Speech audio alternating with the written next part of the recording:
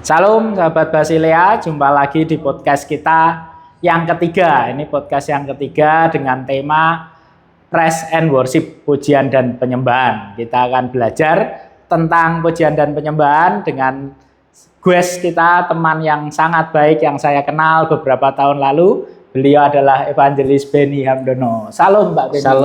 Salam Pak Sony. Sehat selalu Pak Benny. Puji Tuhan, oleh karena anugerah dan kasih Tuhan. Ya, puji Tuhan, luar biasa. Pak Benny sibuk apa hari-hari ini?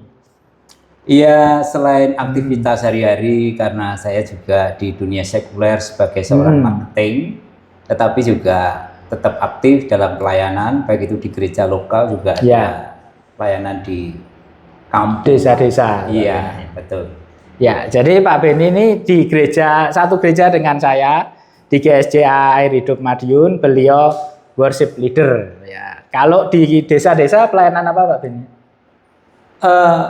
Pelayanan firman juga, mimpin pujian, Pak. Oh, di desa juga mimpin pujian, sama firman ya, evangelis ya, penginjil ya. Iya.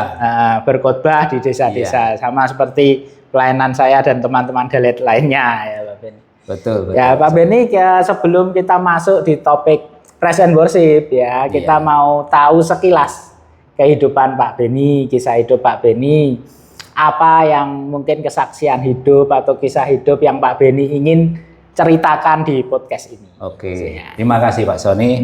Sebelumnya pemirsa, saya mau kenalkan diri. Saya nama Benny Hamdono dan saya punya istri satu, punya anak dua, punya mantu satu. Puji Tuhan, kalau Tuhan izinkan sebentar saya punya cucu. Ya, itu satu anugerah bagi kami. Dan latar belakang atau background saya, sebetulnya saya bukanlah dari keluarga pengikut Kristus.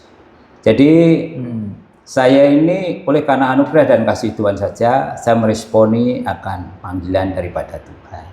Kapan itu Pak? Kira-kira? Itu saya masih kecil, masih sekitar SMP, dan saya masih tinggal di kampung di wilayah Ngawi Timur, Pak Sony. Jadi orang Kristen pertama di keluarganya? Enggak juga? Setelah nenek. Setelah nenek? Iya, tapi untuk keluarga saya yang kecil, itu saya yang pertama kali. Oh iya. Iya.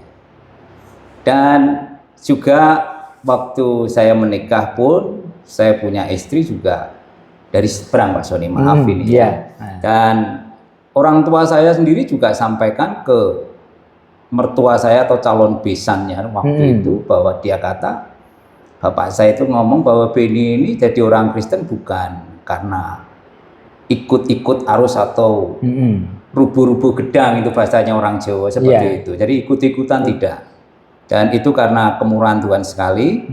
Dan karena keputusan saya mengikut Tuhan, puji Tuhan waktu itu, karena di kampung itu yang namanya orang Kristen itu hampir tidak ada Pak Sony. Oh iya. Jadi seorang Benny yang maklum lah, di kampung tidak ada listrik, biasa anak muda kalau sudah agak malam lewat gitu pikirannya pasti nyuri Pak. Nyurinya bukan nyuri yang aneh-aneh, nyuri mangga, nyuri buah-buahan. Iyalah. Nah, terus satu ketika setelah saya terima Tuhan, teman-teman saya itu akhirnya melihat perubahan saya Pak Sony. Iya. Dan dia akhirnya tertarik, dan ada 5 orang. Ini anak ikut, saya ingin kenal Tuhannya si Benny ini seperti apa. Nah, karena jarak jauh dan juga fasilitas kendaraan waktu itu hanya sepeda gayung. Dan juga pemeliharaan waktu itu juga tidak seintens sekarang. Kalau sekarang wah eman-eman sekali. Hilang semua sih. Ya, terus ini saya lanjutkan secara cepat. Saya bisa tergabung dan dalam melayani pekerjaan Tuhan, saya meresponi, bahkan semua keluarga kami melayani. Istri saya juga seorang worship leader.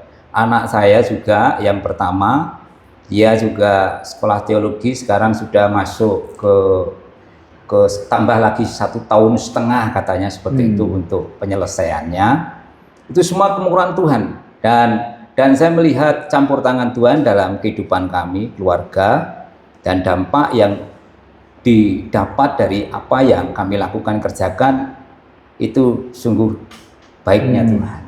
Dan kalau di konteks yang lain, karena ini sebetulnya bicara tentang pelayanan worship leader, ya pelayanan pujian penyembahan. Tetapi sebelumnya memang dari awal kalau saya masih ingat bukan atas mau saya. Jadi semua karena anugerah Tuhan saja. Saya tetap percaya bahwa yang promosikan itu Tuhan sendiri. Iya, betul Pak Bin. Jadi saya tidak terus, Pak aku iso gini, tidak Pak. Jadi bahkan di gereja sekarang saya bergabung dengan Pak Sodi, kebaikan Tuhan. Ya saya hanya cerita bahwa saya basicnya seperti ini, ya welcome, puji Tuhan lah. Jadi Tuhan itu tidak kurang cara untuk mempromosikan. Betul Pak Sodi. Itu secara singkat apa yang saya bisa sampaikan dalam hal ini biografi saya Pak Sodi. Anaknya siapa namanya Pak? Yang pertama Azaria Christian Hamdono. Itu yang sekolah kita. Iya betul. Azaria yang baru menikah, yang istrinya hamil nih Pak. Iya betul Pak Soni. Kalau yang kedua itu Ari Yuda Dwi Tama Hamdono. Masih kuliah. Puji Tuhan sudah kerja Pak. Sudah kerja. Di Madiun juga Pak. Enggak, di Meratus ini kayak anaknya Pak Pri ini. Ya Pak Pri Nguranggareng. Di Meratus di Surabaya. Oh iya. Itu kalau saya cerita untuk anak yang kedua ini ajaib sekali Pak Sam. Nah, gimana Pak? Luar biasa ini Pak. Ini kehamilan sampai kelahiran sampai proses pendidikan campur tangan itu luar biasa sekali. Setiap kali kami berdoa itu senantiasa Tuhan ini kau punya ajaib sekali, punya acara, punya rencana atas anak kami Yuda.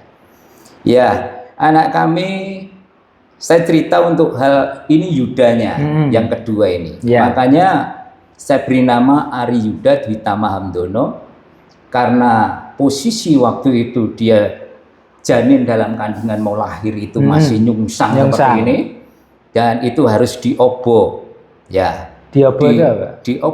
Diobo dikasih tahu lah dari dokter itu loh di diagnosa atau di apa namanya dikasih tahu kalau anak ini harusnya operasi. Iya. Jadi tidak bisa lahir secara normal. Tetapi kami punya Tuhan dok. Ya saya tetap ngomong bahwa Engkau berdaulat atas hidup kami Tuhan dan Engkau tahu kondisi kami. Kami waktu itu tinggal di Bali Pak, di Denpasar. Dengan segala kondisi finansial kami hanya berserah bahwa Tuhan sanggup lakukan keajaiban. Betul, anak kami juga bisa lahir dengan baik sekalipun terlilit lehernya dengan usus. Normal berarti Pak? Normal ya. Makanya saya kasih nama Ari Yuda. Berkelahi dengan ari-arinya. Kalau Dwi Tamanya ini ya 2 ya 1. Karena dia sekalipun anak yang kedua, perilaku, pelayanan, kasih dan lain sebagainya itu tidak beda dengan anak yang pertama.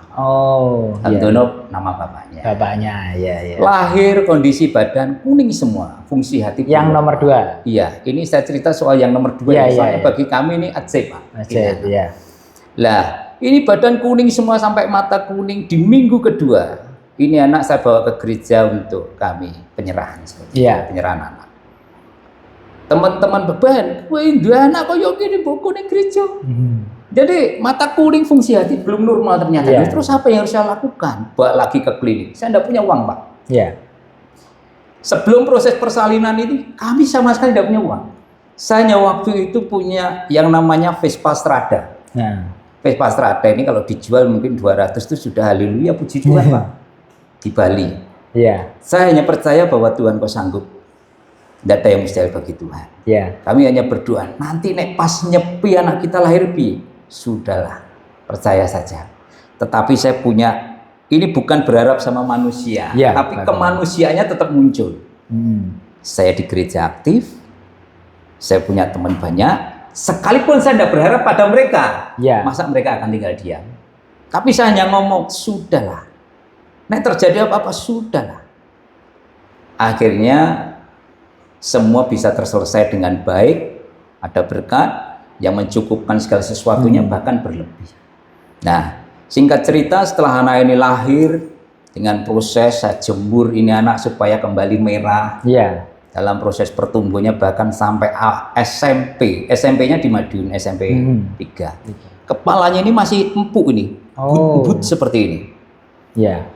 Setelah SMP masuk di SMA 2. Masuk di SMA 2 peningkatan nilainya itu bagus sekali saya lihat. Sebelumnya itu drop, aduh lele, matematik kamu kok payah banget. Tetapi begitu SMA naik, akhirnya dia dapat beasiswa. Kuliahnya. Dapat beasiswa dari SMA 2-nya juga dipromosikan, jadi dia anak cepat sekali. Setelah sampai sudah, ini aku milih yang mana? Lu terserah, Papa enggak mudeng, Papa enggak kuliah kok. Papa enggak pernah kuliah, enggak tahu. Ya apa yang menurut kamu doa aja dah. Nah, saya mau ambil sistem perkapalan di ITS. Ya sudahlah, sampai di ITS, jebret masuk sudah di sana dengan sebetulnya dia punya target kumlot Pak Sony. Dan itu seharusnya tercapai. Kemarin bulan September wisuda, yo aku nek ndelok tulisanmu ini pegul aja nih. September tahun ini. September kemarin. Kemarin baru wisuda. Iya, betul tanggal 22. Aku nek ndelok ini pegul ati sudah lah. Yang lalu sudah lalu. Tuhan siapkan yang terbaik buat kamu. Iya, Pak Ben. Terus sampai rumah selesai, piye yuk? Udah. Wes 1 minggu dia banyak sekali sudah kirim CV di beberapa perusahaan. Dan kami juga sebagai orang tua juga, saya dalam perjalanan, dalam segala aktivitas, saya setiap kali ingat Tuhan, Kau tahu kerinduan anak kami, udah pengen dan kerja. Saya ngomong sama Tuhan seperti ngomong sama Bapak. Pengen dan kerja Tuhan. Nggak dikit loh dia sudah masukkan CV. Bu ya ditulung gitu loh, kasihan anak saya. Dia pengen dapat duit kan gitu. Lah, selesai itu singkat cerita 1 minggu di rumah ada penawaran di PT Meratus. Wah, ada Meratus. Tapi ini ada 2 opsi, Pak. Satu di Surabaya, satu di Jakarta. Tapi kalau Jakarta lebih bagus salary-nya. Lah berat di mana? Aku pengen ke Surabaya, nek Jakarta aku gak roh-popo. Dulu di Surabaya ya ora roh-popo, sekarang kan tahu apa. Ya sudahlah, doa aja yang terbaik. Kalau kamu mau pengen Surabaya, ngomong sama Tuhan, aku pengen di Surabaya. Fik hari Selasa, wes ditompo. Di mana? Seperti yang dia minta, Surabaya. Ya sudah. Dan proses itu cepat sekali. Dan kami melihat ini campur tangan luar biasa. Makanya bagi kami ini sesuatu berkat yang ajaib, Mas. Ini simple, sederhana yang kami alami dalam keluarga. Dan kami juga sama istri tiap hari pokoknya ada kegiatan di luar. Kami sudah biasakan setiap sore habis mandi kami buat mesbah selalu. Dengan anak atau berdua? Berdua. Anak kan sudah punya rumah sendiri. Siapa tahu setiap sore kabar ini. Jadi hanya berdua. Kami sudah kita doa buat anak-anak, buat orang. Rumahnya di mana Pak Beni? Saya di Perumahan Rejomulyo. Rejomulyo ya. Iya. Daerah Joyo. Sudah tidak banjir ya sekarang? Oh, puji Tuhan enggak. Sejak 2007 ya. Sejak 2007, banjir besar ya. Oke, itu Pak Sony. Baik, ya puji Tuhan atas kesaksian Pak Beni. Dari kesaksian Pak Beni, saya belajar bahwa yang pertama, promosi itu datang dari Tuhan. Ya, betul ya Pak Beni ya? Betul Pak Sony. Promosi datang dari Tuhan, ini dalam bidang apapun termasuk bidang pelayanan. Jadi kalau ada manusia yang ngotot ingin melayani apapun, kalau Tuhan nggak kasih, ya nggak kasih. Tapi kalau kita tidak mempromosikan diri, tidak ngapa-ngapain, bahkan kalau kita tidak berpikir tentang pelayanan itu, kalau Tuhan kasih pelayanan itu, ya Tuhan kasih, gitu, saudaraku. Jadi itu juga pengalaman saya dan pengalaman Pak Beni. Jadi promosi datang dari Tuhan. Yang harus kita lakukan adalah berdoa. Tuhan mau kita apa? Tuhan mau kita melayani bidang apa? Tuhan mau kita bantu di bidang pelayanan apa ya saudaraku. Jadi pelayanan itu tidak selalu yang ada di depan. Pelayanan itu bisa juga yang support, support pendeta, support pengkhotbah, support WL, support. Karena kalau semua di depan kan siapa yang support kan begitu ya. Iya, betul. Terus yang kedua saya belajar dari Pak Beni bahwa hidup itu anugerah. Dari kesaksiannya Pak Beni, kehidupan anaknya semuanya dan hidupnya Pak Beni pun penuh dengan anugerah. Ya, terima kasih Pak Beni, menguatkan sekali kesaksiannya. Sama-sama, kita masuk dalam topik kita ya Pak Beni ya. Topiknya adalah praise and worship, pujian dan penyembahan. Kami ingin saudara yang melihat rekaman ini belajar bersama tentang pujian dan penyembahan. sebelum kita masuk detailnya dengan beliau, saya diberkati apabila Pak Beni ini memimpin pujian di gereja kami, luar biasa, saya sangat diberkati Pak Beni beserta Ibu Beni juga, kadang memimpin berdua juga ya Pak. Iya, Ya. betul, Pak Kadang Sani. salah satu, kadang berdua. Kalau berdua ya double mantepnya. Nah, kita bertanya dulu nih kepada Pak Beni, kita belajar bareng ya. Kenapa sih kita mesti memuji dan menyembah Tuhan? Nah, karena ini basic dari pelajaran dan pengetahuan setelah pertanyaan ini, saudara. Kalau kita nggak tahu tujuan kita memuji dan menyembah Tuhan, ya pertanyaan berikutnya akan jadi kurang greget gitu ya. Monggo Pak Beni, kenapa sih kita memuji dan menyembah Tuhan? Terima kasih Pak Sony. Saya masih teringat waktu itu saya masih remaja. Waktu itu saya tergabung di salah satu gereja Pak Sony. Ya. Saya tidak harus sebut ya. Ya. Ya. Waktu itu gembala sidang senior, sekarang sudah almarhum. Saya masih ingat sekali. Beliau pernah sampaikan satu statement. Bagi saya itu cukup menarik sekali. Ya.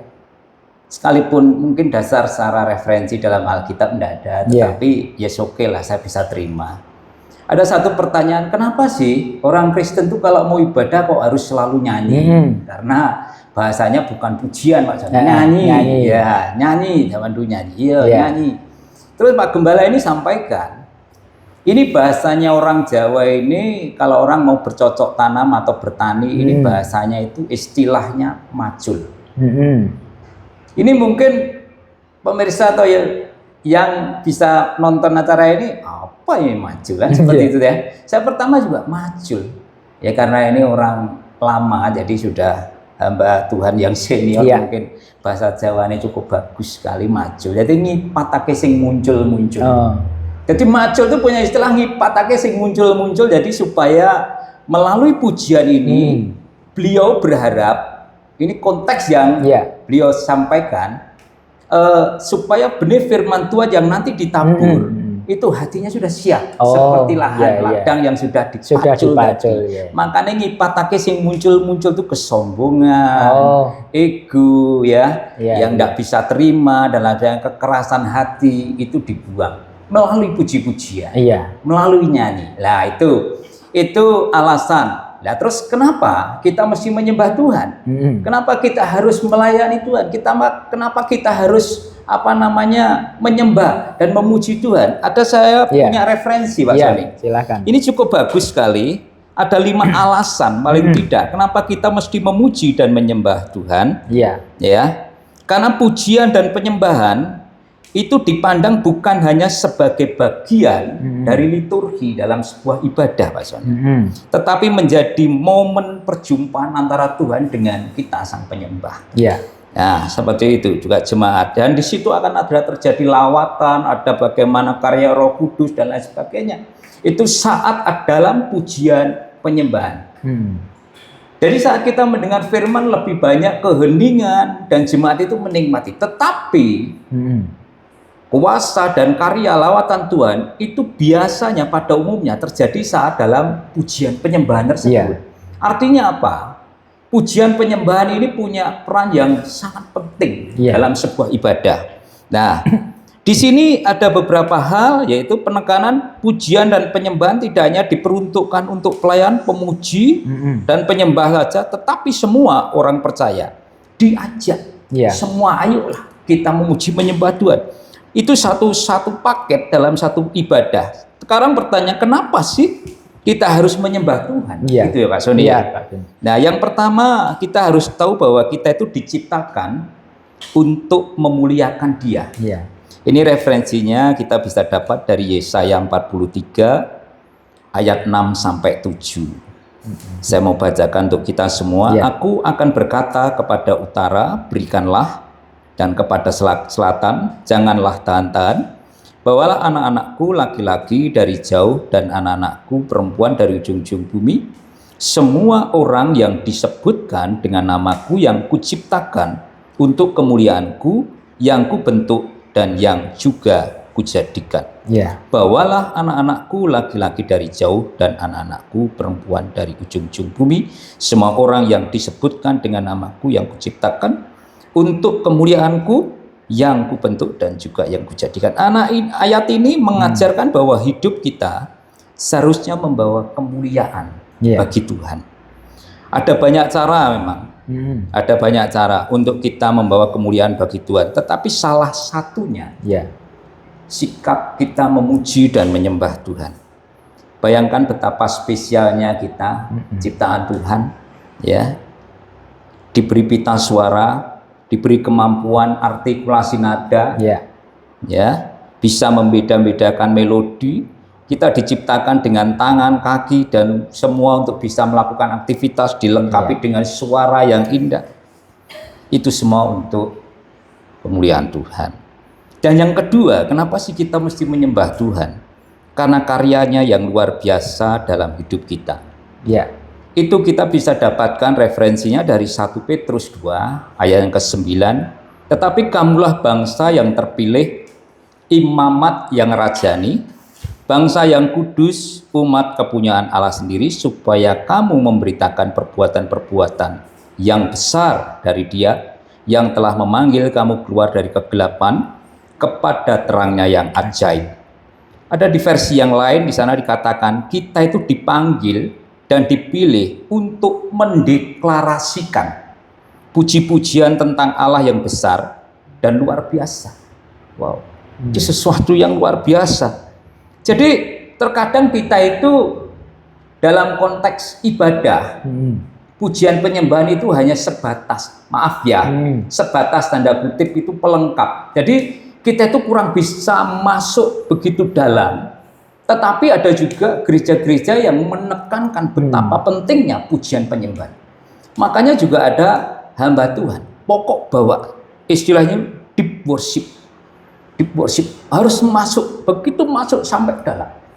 Sampai jemaat itu mengalami, sebelum jemaat itu mengalami, terus diusahakan seperti itu. Itu nanti sebetulnya berkaitan dengan leadernya sendiri. Seorang leader itu sangat-sangat juga menentukan bagaimana mereka bisa membawa jemaat itu masuk ke sana. Itu nanti ya Pak Sony. Tetapi yang ini dulu seperti itu. Jadi sesuatu yang kita harus pahami, kita harus mengerti bahwa kita itu dipanggil, kita itu dipilih untuk mendeklarasikan dengan puji-pujian, pengagungan kepada Tuhan. Karena karyanya yang luar biasa dalam hidup kita. Dan yang ketiga, karena itu merupakan perintah Tuhan sendiri. Dalam Mazmur 150 ada banyak sekali kata-kata pujilah. Di situ ada tambahan kata lah. Lah ini menunjukkan satu perintah. Kerjakanlah. Ya, marilah. Lah. Tidak sekedar puji, tapi pujilah. Ada lebih sekitar ya kurang lebih 10 kali lah dalam Mazmur 150 itu. Pujilah Tuhan dengan tiupan sangkakala ayat 3. Ini dari 150 tadi. Terus pujilah Tuhan dengan ceracap yang berdenting ayat yang kelima. Pujilah Tuhan dengan rebana dan tari-tarian, itu ayat yang keempat. Jadi di sini kita diajarkan untuk bagaimana kita itu memahami bahwa kita memuji Tuhan itu adalah satu perintah. Dalam 103 dari Mazmur tadi, ayat yang pertama juga dikatakan, haleluya, pujilah Tuhan hai jiwaku, pujilah namanya yang kudus, hai segenap hidupku.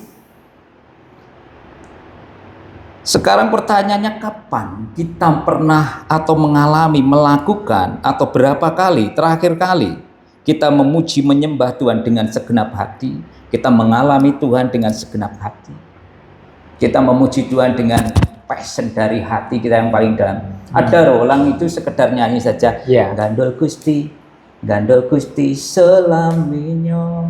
Tetapi pada pelaksanaan praktek hari-harinya, iki aku cik di masalah lo. Masalahku ki piye carane menyelesaikan. Sing iki piye carane menyelesaikan. Ini dengan pola konsep pikirnya sendiri, caranya bagaimana saya bisa menyelesaikan masalah ini. Sementara mulut kita berkata dan memuji gandol Gusti selaminya. Seharusnya yang harus kita lakukan kan, Tuhan, Didik pokoknya jadi bocah seperti anak kecil itu gampang wadul lah. Iya. Ya, didik ngandakno bapak Tuhan, aku punya masa lalu. Saya percaya itu sesuatu yang Tuhan ingin dan Tuhan mau. Iya. Makanya kalau saya sampaikan renungan firman kepada jemaat yang saya layani, saya lebih aplikasikan seperti hubungan kita seperti ini. Jadi apa yang dilakukan anak kepada kita orang tua, saat anak bisa memberi yang terbaik atau menyenangkan hati orang tua tanpa orang tua menyuruh dan meminta, saya percaya kok bapak yang baik saat anak itu membutuhkan sesuatu tanpa harus dia minta, bapak yang baik akan mencukupkan. Saya beri contoh sederhana. Ini bapak, anak ini tahu bapaknya ini sukanya ini kalau pagi minumnya teh. Anak ini tanpa disuruh-suruh dia buatkan teh buat bapaknya. Tiap pagi, tiap pagi. Makasih loh ya nak. Ya sama-sama pak. Makasih loh ya nak. Dan ini dilakukan rutin. Satu ketika anak ini tidak minta apa-apa sudah. Karena dia masih sekolah. Si bapak tahu bahwa sepatu anaknya sudah mulai mengomong seperti ini. Dia tidak harus ngomong sama bapak bahwa aku dibelikan sepatu. Tidak harus seperti itu. Bapaknya akan tahu, anakku itu sudah waktunya belikan sepatu nih saya. Nah, nanti setelah pulang sekolah, sore nanti jalan-jalan sama bapak ya. Wah, seneng banget. Iya pak, oke, saya siap. Diajak ke toko sepatu, pilih yang mana yang kamu suka. Ini satu gambaran, pujian penyembahan saat kita memberikan dengan hati kita, bukan lip service, tetapi dari passion, dari hati kita yang paling dalam. Tuhan itu tahu. Makanya firman Tuhan juga kata, sebelum kamu minta pun Tuhan tuh tahu apa yang kamu butuhkan. Ya, itu bangsa-bangsa yang kenal Tuhan pun cari semua itu sudah kebutuhan duniawi. Tapi carilah dulu kerajaan Allah serta kebenarannya. Semuanya akan tambahkan kepadamu. Nah, saat kita tangkap akan hal ini kunci sudah. Sudahlah, bangun tidur hanya kita bisa berkata terima kasih Tuhan buat hari ini. Saya kalau memberikan contoh gambaran sama juga. Seorang anak kecil, kita punya anak kecil yang masih di bawah usia atau balita seperti itu. Tidak mungkin lah dia bangun tidur terus nanti bapakku cari duit caranya gimana ya? Tidak mungkin. Anak bangun tidur hanya bilang, Bu, lapar, saya mau makan. Kita memposisikan seperti itu saja. Kita punya orang tua, kita punya Tuhan, dia tahu. Iya tahu saya, ngerti nak, sudah saya siapkan di sana. Nah, begitu pula Tuhan, saat kita terus belajar, aku tahu yang kau mau Tuhan, ajari aku mengerti yang kau rindu, yang kau mau. Puji-pujian, penyembahan, pengagungan. Ini sama juga, sama seperti seorang anak yang terus berlaku baik kepada orang tuanya. Bapak itu baik sekali, bapak itu sabar sekali. Tiap hari dikatakan seperti itu. Ya, otomatis sudah. Aku ini baik bagi anakku. Tidak mungkin lah, bapak itu orang yang galak ini. Tidak mungkin pasti. Lah anakku sudah percaya loh, aku ini orang yang baik. Pasti dia akan tunjukkan kebaikan seperti yang diimani si anak. Sama dengan Tuhan. Tuhan terima kasih buat berkat-Mu hari ini. Semua Tuhan cukupkan. Berikan aku kuasa untuk bisa menikmati semua berkat-Mu buat kami. Terima kasih Tuhan. Terkadang kita ini doanya kadang Tuhan aku minta ini, minta ini. Seandainya kita itu bisa mendengar secara audible, aku wis ngerti nak apa yang kamu butuhkan. Udahlah, enggak usah kamu minta. Aku udah tahu. Nah, seperti itu. Makanya di sini penekanannya pujian penyembahan seperti itu. Jadi belajarlah kita menyembah Tuhan dengan hati kita. Dan yang keempat, kenapa sih kita harus memuji dan menyembah Tuhan? Karena Dia senang melihat anak-anaknya menyembah dan memuji Dia. Dalam Mazmur 147 yang pertama dikatakan, sungguh bermazmur bagi Allah kita itu baik, bahkan indah. Mari kita tarik perspektif kita ke dalam paradigma yang baru. Selama ini kita mungkin melihat penyembahan dari sisi manusianya. Kita yang membawa persembahan ke mezbah Tuhan, kita yang bekerja dan mengusahakan agar terlihat indah. Kita yang buat ini. Wah, ini kayaknya Tuhan suka ini. Kalau aku lakukan seperti ini, Tuhan pasti berkenan. Coba kita mau belajar dari 1 Samuel 16 ayat ke-7. Di sana jelas dikatakan bahwa manusia itu melihat apa yang di depan mata, tapi Allah melihat hati. Sebagai orang tua jasmani, seperti apa yang saya sampaikan tadi di awal, tentu akan suka saat kita punya anak, dia suka memuji kita sebagai bapak, dan sebaliknya itu pastilah. Dan anak pun saat kita juga beri puji-pujian, pasti suka lah. Wah, kamu pinter nak, Josh, the best anak papa sudah. Ini anak pasti termotivasi, dia akan terus memberi yang terbaik. Kenapa? Dia berusaha tidak mengecewakan apa yang sudah disampaikan bapak. Sekarang kalau orang tua selalu berkata, kamu ini maaf kata ini, kamu ini tidak pandai, kamu ini tidak rajin, kamu ini bawaannya males, tidur aja. Pasti ini anak, aduh aku ini tidak ada baik-baiknya dah. Aku ini pemandangan Tuhan, bapak tidak ada baik-baiknya, sudahlah. Gitu. Dan yang terakhir, yang kelima ini, kenapa sih kita harus menyembah Tuhan? Karena di surga kelak nanti kita pulang ke sana itu yang adanya puji-pujian, penyembahan selama-lamanya. Wahyu 5 ayat yang ke-13 berkata, dan aku mendengar semua makhluk yang di surga dan yang di bumi dan yang di bawah bumi dan yang di laut dan semua yang ada di dalamnya berkata, bagi Dia yang duduk di atas tahta dan bagi Anak Domba adalah puji-pujian dan hormat dan kemuliaan dan kuasa sampai selama-lamanya. Kita menyembah Tuhan karena kita itu sedang mempersiapkan dalam kekekalan nanti. Saya masih teringat juga seperti yang saya di awal sampaikan, gembala senior yang sudah almarhum tadi juga. Kita ini kalau diajak memuji, menyembah, diajak berdoa rasanya kok do males ki nyapu. Kan gitu ya. Kok do males ki nyapu. Ini sebetulnya kita itu sedang belajar. Lah nek ning donya wae lu wis males, lha engko ning kono ning surga yo aras-arasen, berarti gak cocok nggone. Guyonannya seperti itu. Kita harus suka. Loh, diajak pujian, diajak penyembahan, aku ndak suka penyembahan, aku ndak suka pujian. Lah ning kono ku ngono kuwi no acarane. Kita lebih banyak pujian, kita lebih banyak penyembahan. Kok ndak suka berarti ndak kerasan ning surga lah. Nah, seperti itu yang disampaikan. Nah, terus itu kalau kita tidak suka bagaimana nanti waktu kita ada di surga ya katanya seperti ini. Justru dunia adalah tempat kita latihan, mempersiapkan untuk kita memasuki kekekalan. Belajar latihan, belajar latihan. Makanya saya itu kalau guyoni gereja itu paling rame kalau Natal, Pak. Ya nanti agak rame nanti ya mungkin di Jumat Agung, Paskah. Nah, itu kalau yang sedengan ya hari Minggu. Nanti sudo lagi kalau sudah ada PA atau pendalaman Alkitab seperti sudo lagi kalau sudah masuk doa penyembahan, pujian penyembahan. Malam ini apa? Doa bersama. Yang datang tinggal beberapa biji. Yang lain kemana? Nggak suka katanya. Wah itu tidak repot. Ya. Nah, perkenanan kepada kata Anak Domba ini kembali menjelaskan karya keselamatan dari Yesus yang luar biasa sempurna dalam kehidupan kita. Dan marilah semua kita bisa memaknai bahwa menyembah dan memuji Tuhan itu bukan satu rangkaian atau liturgi dalam sebuah ibadah. Itu bagian dari perintah daripada Tuhan. Pujilah Tuhan. Karena itu yang dikehendaki Tuhan itu sendiri. Ya, Tuhan mau, Tuhan suka. Makanya sebagai anak Tuhan, dimanapun kita berada, tidak usah sungkan, tidak usah rasanya canggung untuk kita memuji. Puji Tuhan aja, nggak apa-apa. Saya istri biasa seperti itu, Mas Oni. Ini mungkin secara singkat yang saya bisa sampaikan kepada semuanya, Mas Oni. Terima kasih, Mas Oni.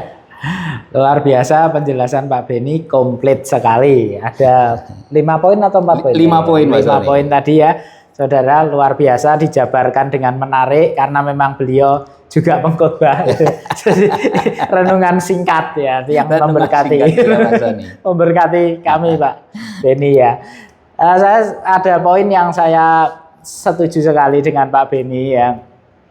Beberapa hari ini, beberapa waktu inilah saya belajar Pak Beni dari khotbah seseorang hamba Tuhan bahwa seringkali kita sejak kecil ini kan diajarkan berdoa itu secara umum ya, sejak kecil orang berpikir doa itu kan minta ya Pak Beni. Secara umum ya minta doa, minta Tuhan, minta aku bisnisku rame, ya kan? Tuhan, aku sakit, sembuhkan saya. Tuhan, anakku ini nakal misalnya, buat anakku. Nah, minta dan minta. Tapi saya belajar dari hamba Tuhan itu di khotbahnya, doa itu tidak selalu tentang meminta, tidak selalu tentang apa yang kita dapat, Pak Beni. Tetapi tadi Pak Beni juga jabarkan, tetapi juga apa yang hilang dari kita. Apakah yang hilang dari kita saat kita berdoa, saudaraku? Kegelisahan, kekhawatiran, ketakutan. Nah, itu jadi doa itu bukan saja saudara melipat tangan, Tuhan aku mau ini, Tuhan aku butuh ini. Tidak, saudaraku, pada waktu kita berdoa memuji dan menyembah Tuhan, bahkan hanya sekedar berdoa, terima kasih Tuhan, terima kasih Tuhan. Bermenit-menit, ada teman saya yang berdoa begitu saja Pak Ben.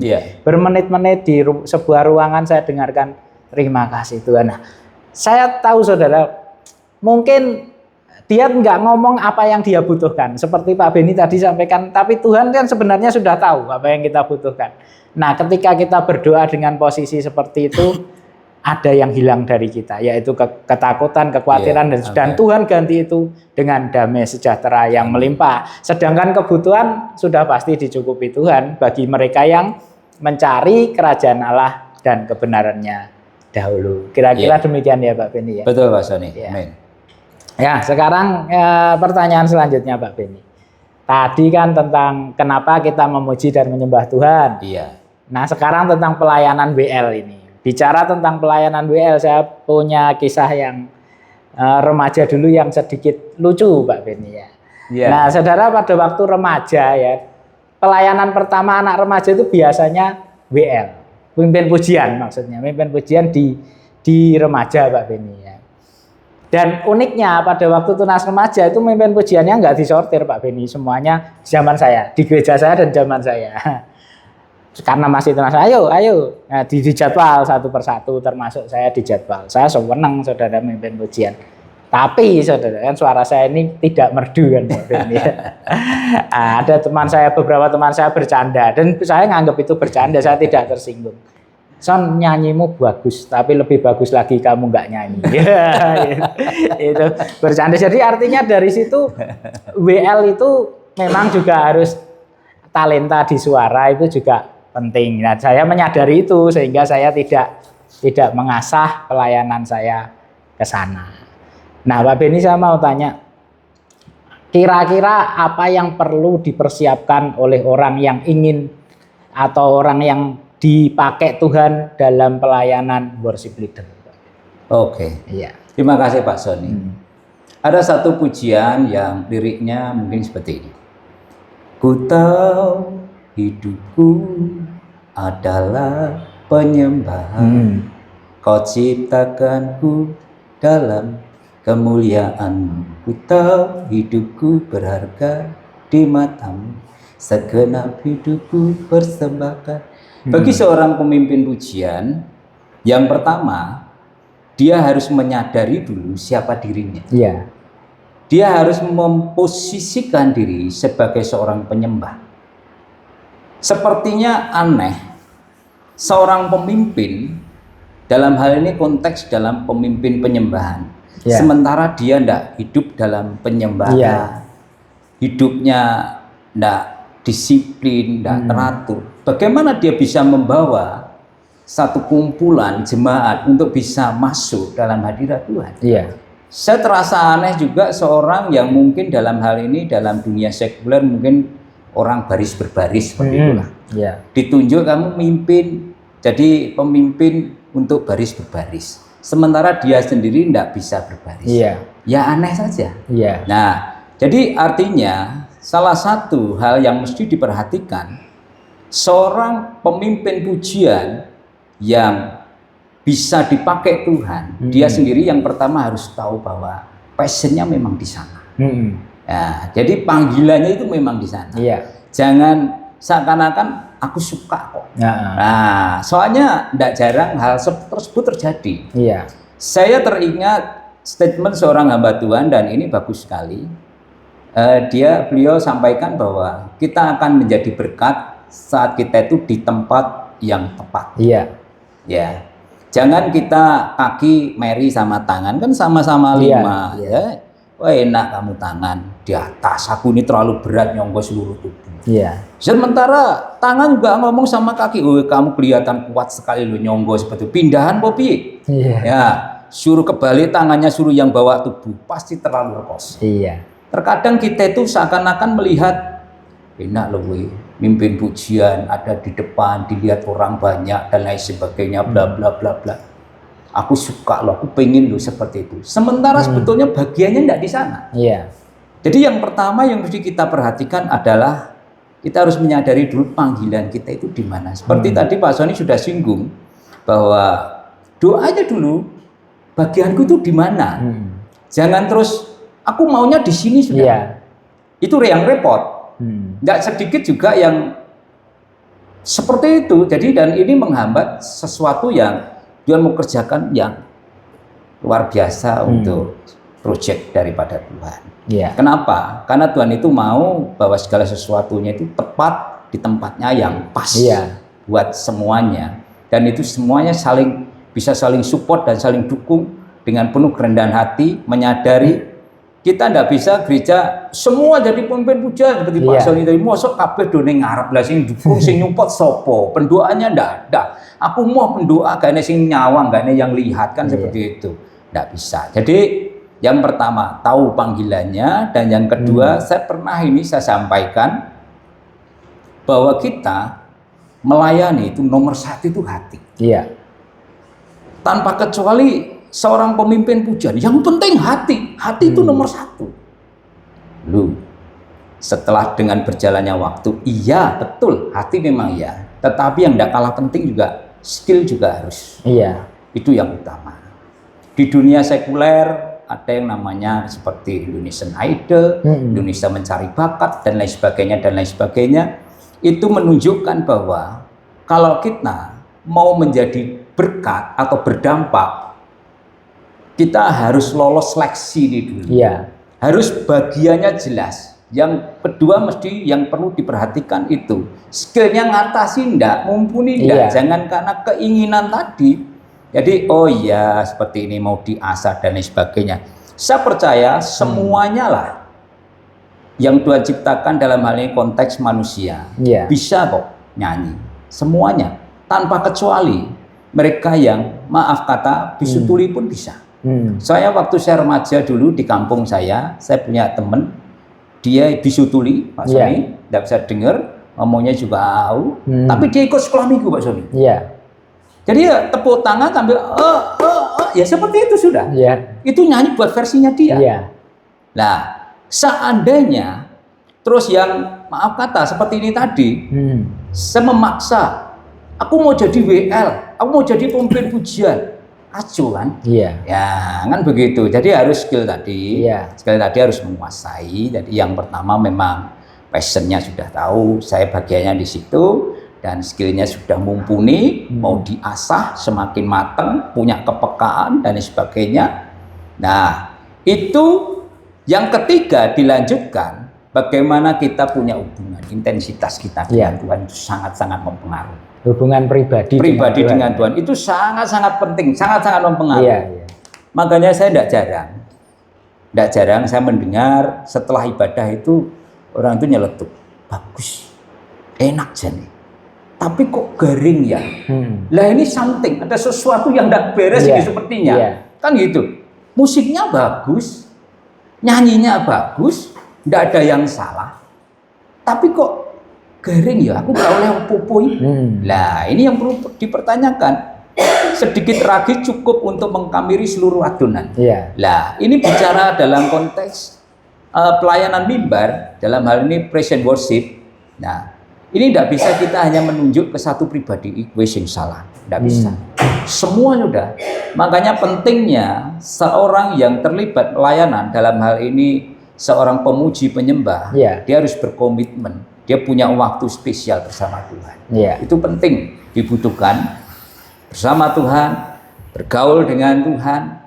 Tidak cukup hanya seorang BL saja, singer, pemain musik, semua sarana pendukung, semua. Dan saya percaya kalau kita semua punya komitmen yang sama, atmosfer, suasana itu pasti akan terbangun. Jadi tidak bisa dipungkiri akan hal itu, dan itu memang banyak terjadi, dan makanya ada gereja-gereja yang cukup keras punya aturan.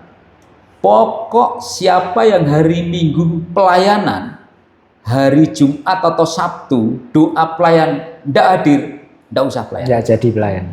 Ada yang seperti itu, Mas. Iya. Ada. Saya pernah dengar. Ya, sanksinya berat sekali. Iya. Lalu si yang tidak hadir ngomong, yang inti seperti ini, wah WL-nya nanti rata kok gak ada alasan pokoknya rata kok, wah bisa jadi masalah deh. Iya. Sing repot yang penggantinya itu Pak Ben. Karena tinggal H-2 dia dapat tugas ya. Jadi pertama passionnya tadi, skill jangan lupa, dan yang ketiga itu hubungan dengan Tuhan kita dengan terima kasih Pak Beni ya. Saya mendengar Pak Beni 3 ini persis banget dengan pelayanan saya, yaitu berkhotbah, saudara ya. Jadi persis Pak Beni ya. Pak Beni juga di dunia khotbah ya. Berkhotbah itu satu hati ya. Kalau kita nggak punya hati untuk melayani ini, panggilan hati dan panggilan ya khotbah kita nggak bisa, saudara. Kalau nggak punya hati, nggak akan seperti apa yang Tuhan mau. Yang kedua skill ya. Kalau di dalam khotbah itu ada yang namanya ilmu dan seni. Ilmu itu sesuatu yang bisa dipelajari, namanya homiletika, itu mata kuliah tentang berkhotbah, saudara.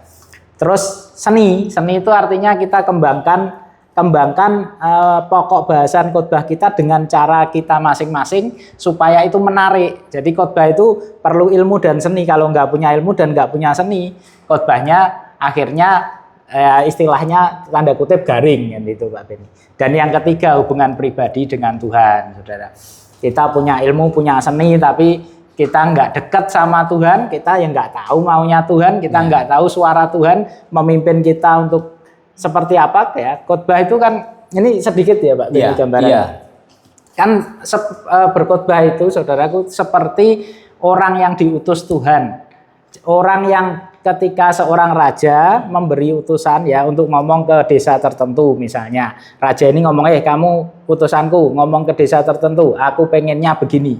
Nah, jadi dia yang diutus ini harus punya hubungan yang baik dengan rajanya, dan ketika dia menyampaikan itu, dia pasti menyampaikan dengan lantang karena dia tahu bahwa ini suara Tuhan. Itu dari hubungan, dari seperti yang Pak Beni katakan, saudara, hati, skill kalau dari khotbah, ilmu dan seni. Kalau dari praise and worship, suara.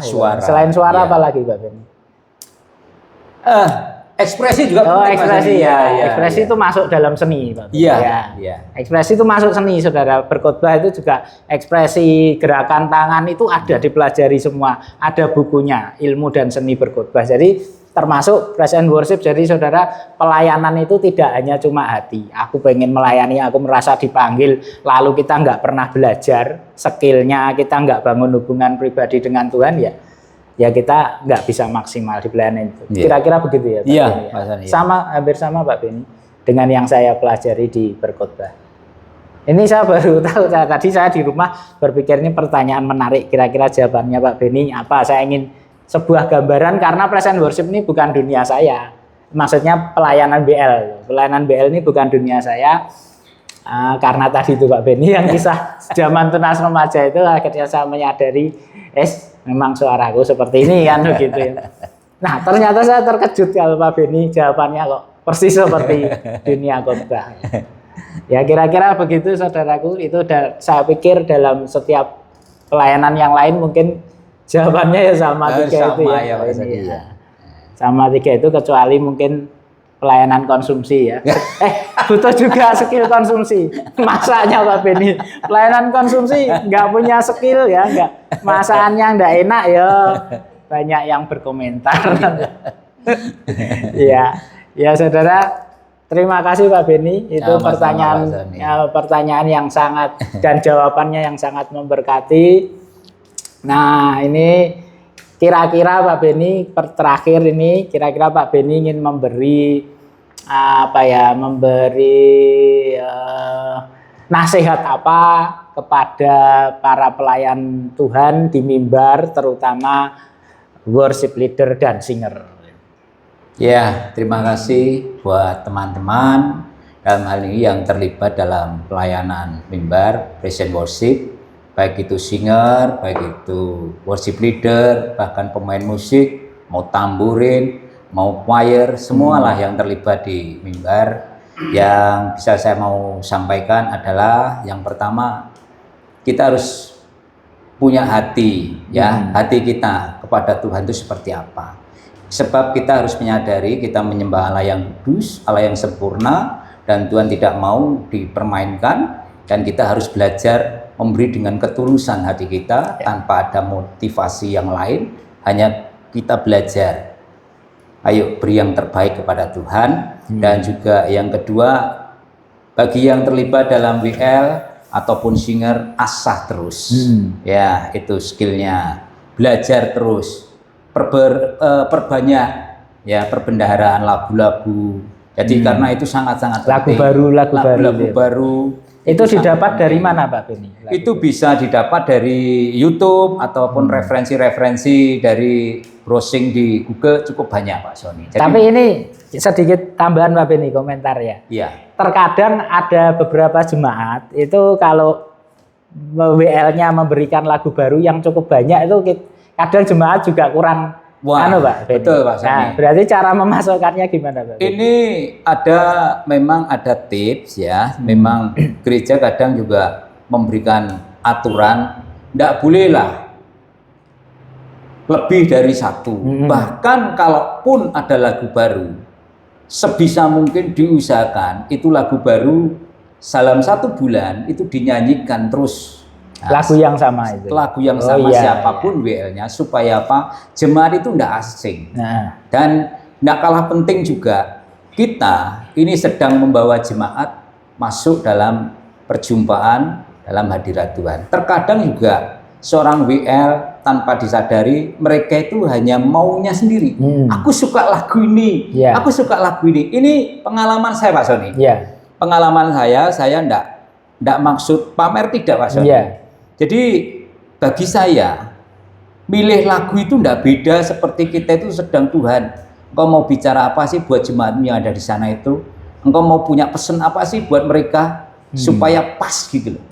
Nah, mimpin pujian sama Pak Sony. Jadi ini pengalaman pribadi saya. Saya tidak jarang seorang hamba Tuhan, seorang pendeta yang akhirnya menyampaikan firman, dia berkata, kita tidak janjian loh ya. Lagunya iso pas ini, iso dukung saya. Itu saya rasa inilah dampak saat kita itu punya hubungan dengan Tuhan tadi. Jadi Tuhan, besok hari Minggu itu lagunya apa? Penting sekali. Nah, untuk worship leader, untuk pemimpin pujian, tanya sama Tuhan. Mungkin bisa jadi aku dapetnya gur 1 tok. Dari Tuhan kayaknya ini yang paling kuat 1 tok. Ini seperti kerangka dalam sebuah karangan, Pak Sony. Jadi sebuah karangan. Jadi Mama dapat ini bersamamu Bapak. Jadi ini ada lagu-lagu pendukung yang lain yang berkaitan dengan tema yang sama ini. Baik itu dalam tempo cepat maupun lambat. Yang dalam konteks temanya mungkin kebersamaan bersama dengan Tuhan, pengikutsertaan dengan Tuhan. Itu ada Pak Sony. Nah, jadi seorang worship leader juga harus punya kepekaan seperti itu. Jadi tidak terus juga irama, jangan terus jomplang dari dangdut ke rock seperti itu sangat mempengaruhi. Penempatan lagu pun juga sangat mempengaruhi. Jadi tidak bisa jemaat datang langsung diangkat lagu yang keras gitu juga. Saya ini masih luyu-luyu. Nah, seperti kendaraan kan juga pemanasan. Ada Pak Sony. Makanya dalam ibadah juga ada yang namanya pra-ibadah. Sepertinya seakan-akan kita itu sungguh-sungguh mempersiapkan hati kita untuk masuk ke gas yang lebih banter. Makanya ada seperti ini dalam seorang pemimpin pujian itu bisa seperti gelombang seperti ini. Jadi naik turunnya tidak terus datar, jangan terus. Yang pertama lagu cepat, habis itu lagu lambat. Terus itu lagu cepat lagi, iramanya yang berbeda. Ini juga jemaat itu akhirnya aku kini nyapo toh. Koyo ndelok wong tampil saja. Sementara seorang worship leader, pemimpin pujian itu membawa. Jadi flowing dalam alur ibadah itu rasanya mengalirnya itu enak sekali. Nah, tanpa terasa juga tiba saatnya kita akan diberkati firman Tuhan. Nah, itu Pak Sony. mungkin yang saya bisa sampaikan. Ya, luar biasa Pak Beni, saya diberkati dan saya sendiri juga mengalami sebagai pelayan khotbah. Terkadang seringkali ya WL yang melayani sebelum khotbah lagu-lagunya sama dengan tema khotbah saya. Dan saudara, maka dari itu tadi Pak Beni sampaikan WL harus peka, ya peka Tuhan maunya lagu apa yang dipersiapkan. Demikian juga pengkhotbah juga harus peka. Tuhan mau kita menyiapkan khotbah apa. Nah, kalau menurut saya Pak Beni ya, ini nanti akan Tuhan pakai karena Tuhan tahu kebutuhan jemaat. Jadi ketika BL peka, pengkhotbah peka dan itu tepat dengan kebutuhan jemaat, pasti itu akan jadi berkat luar biasa. Ya saudara. Jadi ini pelayanan worship leader ini tidak jauh dengan pelayanan pengkhotbah, semuanya hampir sama dan ternyata memang sepaket ya Pak Beni, sepaket. Kalau tadi WL-nya berdoa, Tuhan tuntun aku mimpin lagu, pengkhotbahnya berdoa, Tuhan tuntun aku siapkan khotbah, ya Tuhan yang sama akan menuntun sesuai kebutuhan jemaat, saudara. Ya, saya diberkati banyak hal Pak Beni ya melalui podcast ini. Sebelum diakhiri, apakah Pak Beni ada tambahan lagi? Cukup ya. Ya. Oke saudara, sudah banyak yang kita terima dari hambanya Pak Evangelis Beni Hamdono. Kita doakan pelayanan Pak Beni makin dipakai Tuhan luar biasa, baik sebagai worship leader maupun sebagai evangelis berkhotbah di gereja-gereja. Selamat melayani Pak Beni, terima kasih buat podcast hari ini. Tuhan Yesus memberkati. Amin. Terima kasih Pak Sen. Sampai jumpa lagi di podcast berikutnya. Tuhan Yesus memberkati saudara sekalian. God bless you.